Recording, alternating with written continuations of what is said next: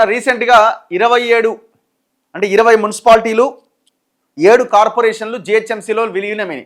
చూసినాం కదా మనం. గవర్నర్ సంతకం పెట్టిండు, గెజిట్ వచ్చింది, అంతా అయిపోయింది. జోన్లు కూడా ఏ జోన్లలో ఏ ప్రాంతాలను కూడా డిసైడ్ చేసేసారు. ఇక జిహెచ్ఎంసీ పెరిగినటువంటి ఆ విస్తీర్ణంతో మహానగరంగా మారింది.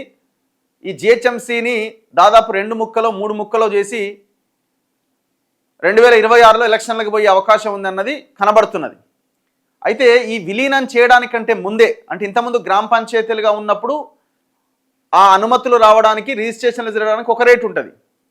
మున్సిపాలిటీలు అయిన తర్వాత కార్పొరేషన్లు అంటే ఈ జిహెచ్ఎంసీలో విలీనమైన తర్వాత ఇంకొక రేటు ఉంటుంది.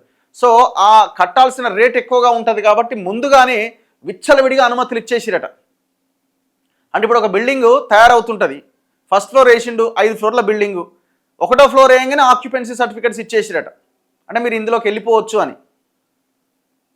ఈ ఓసీ అన్నది, ఈ ఓఆర్సీ అన్నది ఎప్పుడు ఇస్తారు? మొత్తం బిల్డింగ్ అయిపోయిన తర్వాత అధికారి వచ్చి చెక్ చేసిన తర్వాత అప్పుడు ఇస్తారు. కానీ నిర్మాణ దశలో ఉండగానే ఆక్యుపెన్సీ సర్టిఫికెట్ పొందిన భవనం